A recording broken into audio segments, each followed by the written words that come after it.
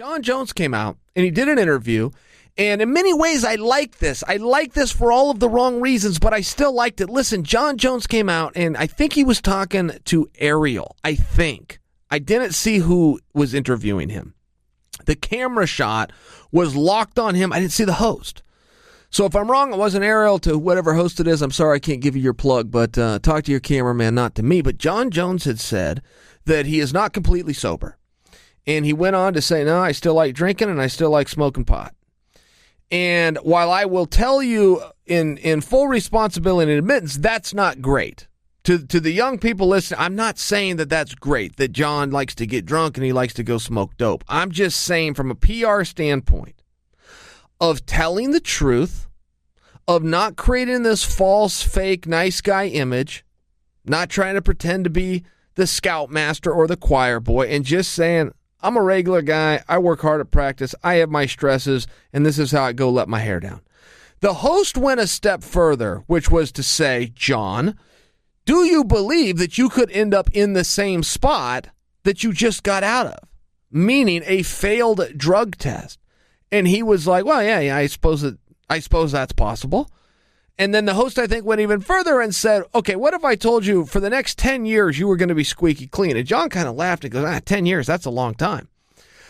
All I'm speaking of from that statement was the candidness. And even if that's not great and you want to preach and talk down to Jon Jones, go right ahead. He gave you the ammunition to do it. But from a PR standpoint of setting expectations and letting everybody know this is what I do, and I'm not Mr. Perfect. I would just like to be judged on my athletic performances because I've been introduced and exposed to this world for my athletic performances. And if we could just keep our eye on that and leave me alone about what I do in my off time, I thought he was rather effective. I really did think he was rather effective.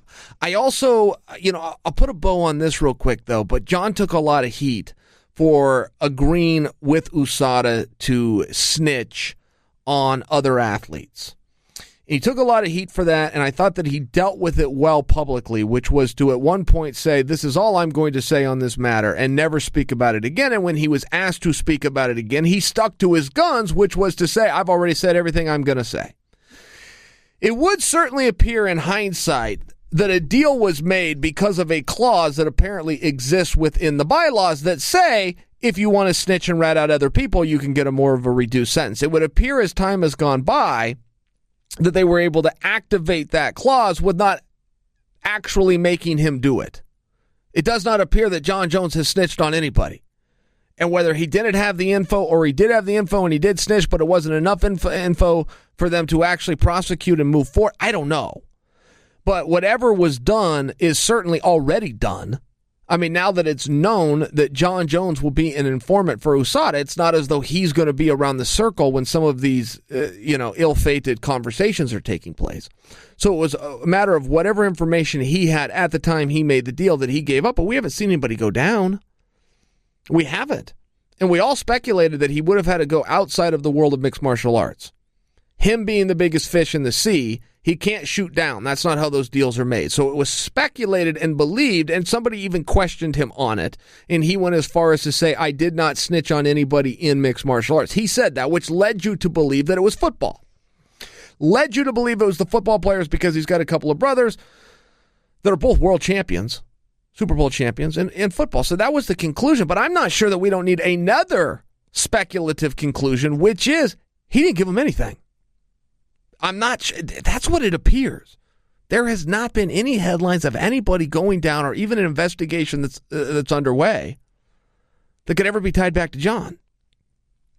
I don't have a full point on that, as much as I'm just trying to bring that back full circle. And I do think that Jon Jones, even in saying things that are not wonderful to say, but when they are the truth and he's asked if he's going to say anything, tell the truth. I just think from the world of PR that Jon Jones lately has been hitting grand slams. I think it's always been a weakness of his.